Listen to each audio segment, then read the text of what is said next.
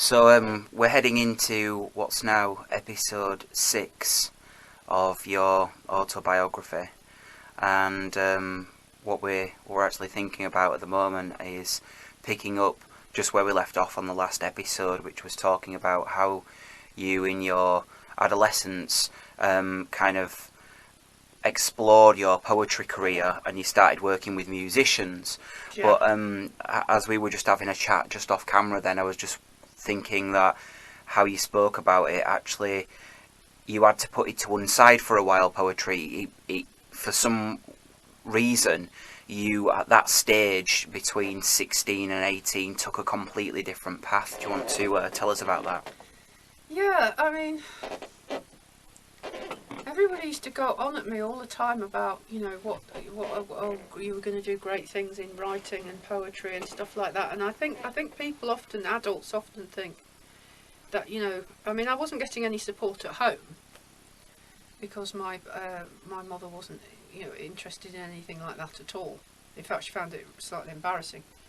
But and if my father was, as I've mentioned probably, that he was collecting all the stuff that I wrote and published in the local paper or whatever, but not telling me because it would upset my mother. So, don't even go. Don't even go there because it's inexplicable to me. But that's how it was. So I kind of was hanging around in Harrogate with quite a what I suppose what would be called quite a fast crowd, sort of older crowd than me. And with my girlfriends and stuff like that, we went to dances and we were doing all the sort of things that you do. We were interested in fashion and we were interested in music, and we were just kind of alternative kids, as they would be there now, I suppose. But I started getting interested in politics and in motorcycles. So I didn't know anything about politics. My parents were staunchly conservative, so I didn't have a sort of any back, but they didn't discuss it a lot, really, so I didn't have any kind of background in it. But I joined the what did I join? I joined the United Nations Youth Group because there were like younger people in it who talked about politics, and I found all this very exciting and stuff like that. And the cracks thing sort of fizzled out eventually, I think, or I left. I can't remember, but if you're out there, lads, thank you very much. And I started drifting towards hanging out with guys with motorcycles more. What was the appeal? What's the appeal of motorcycles? I think it's very difficult for anyone to really sort of quantify why you like motorcycles. You can say, oh, the freedom, you can say the excitement, you can say all these things, but it's not unlike loving horses.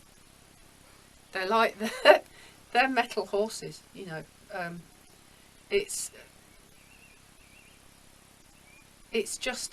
don't know, I just really liked them. I liked riding on them, and I liked riding them myself, and I liked the sense of control, and and I just liked it. I honestly couldn't even tell you that there's no clever reason. I can't say, it's because of this, that, and the other. I just liked it. And the boys that I hung around with were just sound, ordinary working class lads. They weren't any pretentious or, anything like that. And we just used to muck around, and it was all right. And I had various jobs. I had a job in the garage, and they would never let me be a mechanic or anything like that. Probably just as well, because I'm shit at it. But I did car cleaning and detailing and what they call valeting now, but they didn't call it that then. And pump gas and all that kind of thing. I just didn't like all the things that girls were supposed to do. I think really more than anything else, I didn't like all that feyness, all that sort of like fake delicacy and all that sort of pretend femininity. And there was always this kind of girl hanging around who was ever so like girly and feminine, and they'd wear, like, at the time the big thing was like they'd wear Angora sweaters, which were these fluffy sweaters and in pastel shades and stuff like that, but actually they were completely ruthless about everything. And we used to call them barracudas because they were like very, very shiny on the outside and flashy and look lovely, but actually they just rip you to pieces if you got half a chance. And I found that too reminiscent of my mother. If you want to be sort of, psychological about it, I'm sure that's what it was. But I didn't feel comfortable. I didn't feel comfortable with that kind of woman, with that kind of traditional social life of girls and women, and I didn't understand it. I didn't feel comfortable with it. I'd had a lot of that at home, and I was happier with just mucking about with the lads, really, in the end. So this progressed to sort of ending up going to the Denham District Motorcycle Club. If you could get a lift, this was the thing, because Denham was like, so I don't know, how far is Denham from Bradford? It's what? Oh no, it's fairly close. It's fairly close. Yeah. So you've had on again Harrogate. Yeah. So that's a good. Oh yeah, Harrogate to Denham is at least I'd say 26, maybe 28 miles because. So we say 30 mile. It's a 60-mile round trip. Yeah, it's a cold drive on a motorcycle. It's a cold ride, mate. Yeah. In winter. Bradford to Harrogate's 18 mile. Yeah, I know because I've done it on a scooter in the pissing rain before. Now I visit my dada. But trust me, I know. But so that was a 60-mile round trip. If I could get someone to give us a lift, but we went there. And they had nights, dances and sort of bikery things that you did hang around the place. And I did actually win Miss Denham District Motorcycle Club. I am a genuine beauty queen. Was there a sash? There was a sash and everything. And and I won it, and I won it much to everybody's surprise, especially all the women, because they'd all got dressed up as women. So they got dressed up as women. You know what I mean? They made an effort. They made an effort. They did their hair and stuff like that, and I didn't. I just had my hair in a braid and was like wearing fireman's boots, fisherman's socks, and horrible old jeans and a skanky old T-shirt, which was my normal attire because I'm not really bothered about clothes in that way. I think I put lipstick on. I think I had a lipstick in my pocket and I think I put it on, and it would have been, for those people who are interested in this kind of thing, it would have been Mary Quant Tokyo Rose, because that was... Was that the one? That was the lipstick at the time, right. So I probably slapped a bit of that on and thought, oh gosh, look a mess. But anyway, let's do it for a laugh. So I went round, you had to walk round the dance floor, so they all went round the dance floor being, feminine. I walked around going, fuck off, Bob. Like when they were saying things to me like, and you, Adrian, you could, Anyway, I won it. I think I won it out because they're just for comedy value, to be honest with you, because... But they, a lot of the women weren't very pleased at all. But I just couldn't take it seriously. So, but I did win it. So there's that. It was very funny. And was there a panel of judges? Yes, there was a panel. There was men, of course. I was going to say men. Probably not culturally appropriate panel. No, God, no. It was all. In this day and age, it would be like horrendous. Do you know what I mean? But that was then. It was different then. And I basically won it by being an arse, basically, and couldn't be bothered in all this. One thing that strikes me, though, is maybe you weren't aware at that particular time how striking you were at that age and kind of on point in terms of that kind of subculture compared to the other people that were there. I never had any conception whatsoever, and this is completely true, and I had never any conception of what I looked like. I've been told since a child that I was ugly. Or homely at best. And my mother used to say to me, smile, you've got a nice smile, and if you're a good listener, that might get you through. And yet now... And also because my legs were twisted when I was born. They don't look great in terms of, what is acceptable in society for a girl with pretty legs and all the rest of it. Mine are not pretty. They're very strong, but they're not pretty. So I was there with my kneecaps on the inside, my feet going backwards. Twist like a candy cane, twist right through my legs. But yet, as we're just jumping forward... But I could walk, I could do that sachet really well. I can see you doing it almost. Yeah, fuck you, motherfucker. But if you jump forward just slightly as a side tangent to the 1980s, where you become a cultural icon and figure, there were hundreds of thousands of people who not only wanted your hair and looks that you influenced in the goth and alternative post-punk, and even new romantic scene as it all crossed over. No, in that was another sash moment, which we won't go into. Trust me, I've got the photographs. But there were men who you were a wantable person. I was, and women who you were a wantable person yeah, too. I mean, as well. I know that now because I have older men, men who were young at that age, going, "You were my pin-up."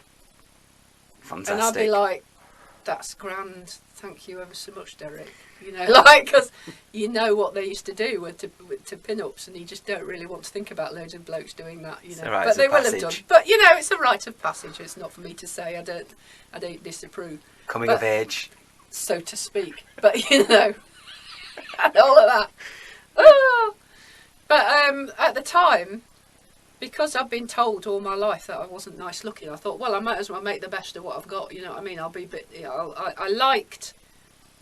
I don't know how to put this. I liked getting it right. So if I was a biker, I looked like a proper good biker. If I was a goth, I looked like a proper good goth. I liked to get it on point. I liked to get it right.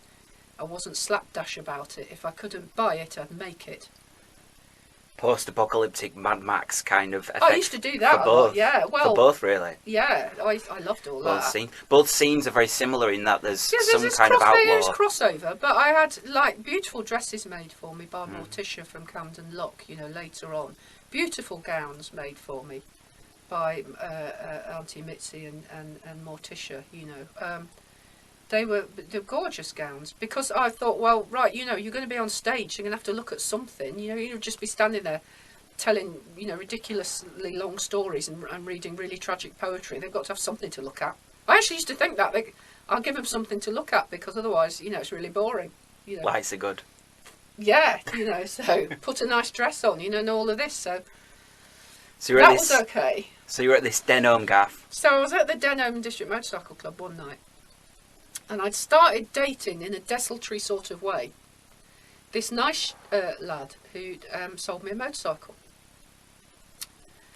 And he'd sold me an old Honda box tank Dream 250, I think. Powerful. Not in the state it was in, I can tell you that now. It was barely get a limp round the block.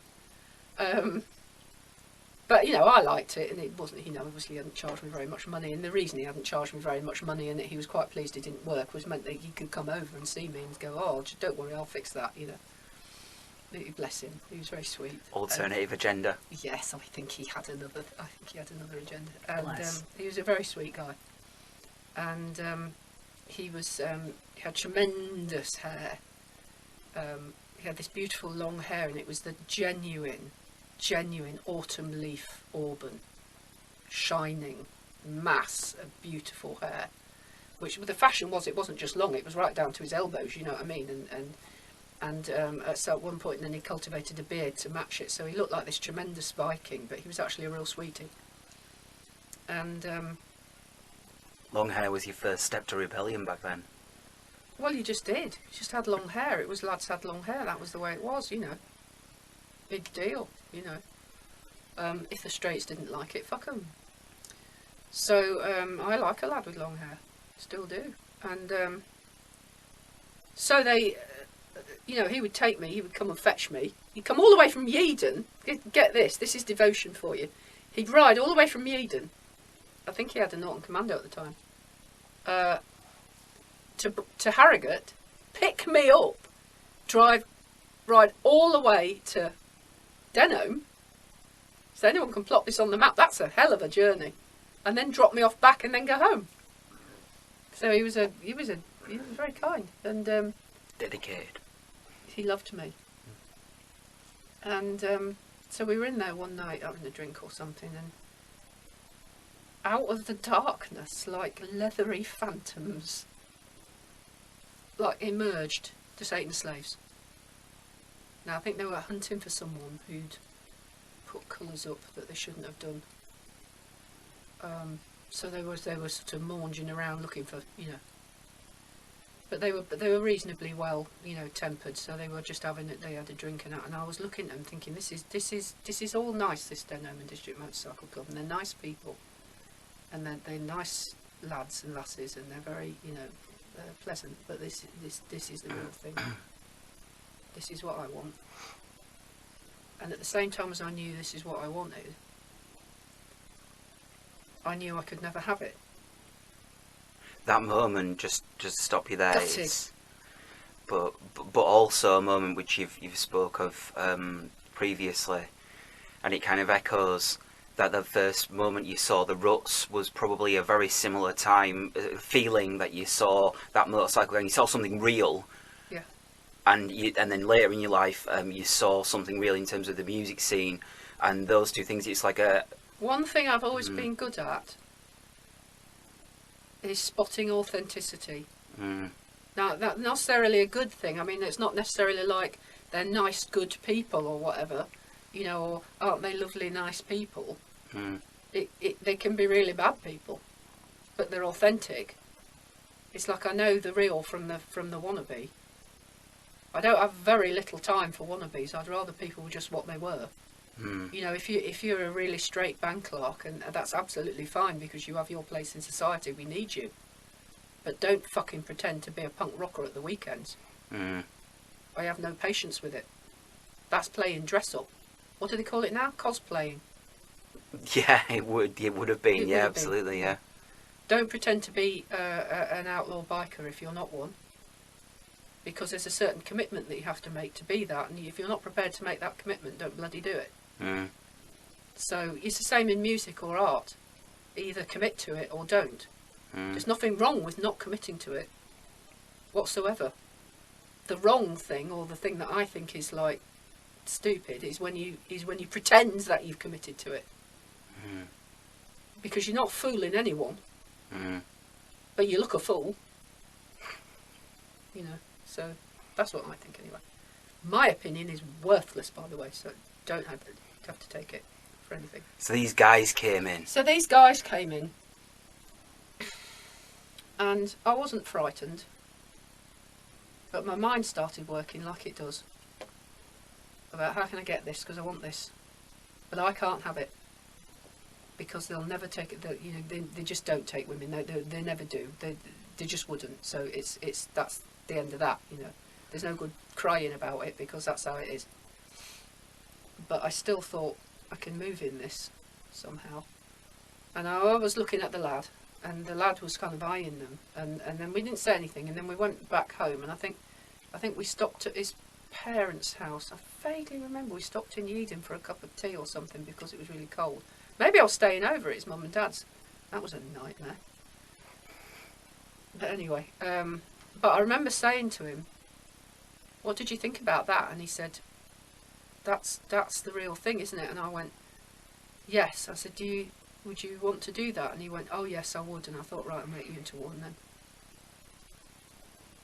What was the process of joining? Because it's not like you sign a consent form, do you, or anything? Do you know, and have an interview? Don't make me laugh. You know, it's a different process, which people these days don't understand. Actually, oh God, no! It was involved. It involved endlessly hanging around in really, really awful pubs, the like of which just don't exist really anymore. Pubs where if you went to the toilet, you went outside to the outside toilet and rats run across your feet, and I'm not even kidding. Right, that's not even a joke. That's what they were like. They were rough and dirty, and they were frequented by rough people. And you'd go and hang around and sort of be around, and while I was hanging around, I was observing, which is what I do. Studying what they did and how they did it and how they spoke and how they moved and what they wore and everything like this. And slowly, because he was actually a very nice and very useful guy, they came to like him, and they came to realise that he was reliable. He was probably too nice, actually, to be honest with you, to do it properly. He was a very good-hearted individual. He loved animals. You know, you couldn't fault him for his kindness and his love of animals and all the rest of it. So, but he an extremely good engineer. So he could build the most amazing bikes with really innovative engineering things going on with them. That, you know, I'm trying to think, you know, it was a long time ago, but he did all kinds of innovative engineering things on the motorbikes, and they were really super. I almost feel when you've spoke about this that he had the ability to kind of build the Indian. If anyone knows motorcycles, you know, like this lightweight kind of but looks heavy beast that goes like the clappers. Do you know, it worries me when you talk about motorcycles, because you know fuck all about them. I don't wish to be rude to you, but it's just God love you. Hey, you know. Look, we're not on commandos. I don't know everything, and you know less than me, so yes, I wore a BSA belt for years. You did, yes. Not understanding what it actually meant. Didn't I not tell you that it meant bastard stopped again? And you took it for just that for years. But anyway, yes. But yeah, no, he used to do all kinds of clever things. He had a one amazing motorcycle, which they all have names, these bikes, but you had to give your bike a name. And this was called Crazy Horse, and fantastic. It was a fantastic thing, and he built it all in the flat work. You know, anyway, we're moving on because we got married in the in between bit. During the course of him being a prospect, it's called being a prospect. It's like being an apprentice, is the only way I can explain it. And you're subjected to all the horrible things that people subject apprentices to, you know, like making you stand outside and look after the bikes for 4 hours and stuff like that, and all this kind of malarkey. And they basically realised he was a good-hearted and reliable kind of fella. And skilled. And skilled, yes, and skilled. So he wasn't a wannabe when it came to the motorcycles. He wasn't fudging it. He wasn't, you know, borrowing other people to do work for him or anything like that. He did it all himself, you know. So he was a good lad in that way. And I was probably about being 19 at this point, and he asked me to marry him. And I thought, yeah, this is the only way that I'm ever going to get out of my mother's house, because I wasn't really allowed to, or encouraged to go to university. That was off the cards. I wasn't clever enough, apparently, and so I thought, I'm just going to set up with him. He's a good person. We'll do our best. The young couple, you know. And we had this wedding. The wedding was fucking hilarious. My mother's outfit cost more than the entire wedding. Right. She had a dress. I remember the details of this. She had a peach wool chalice dress shipped in from Pacan, Paris. She had a bronze organza fascinator headpiece. Bronze kid stilettos. She looked amazing. She made me go around wedding dress shopping, and I remember going into the first shop we went into, and there was one on the dummy, you know. And I said, does that come in a 14? In the days when I was a 14. Did that come in a 14? And they said, yeah. And I said, I'll have that one. It was a square neck organza,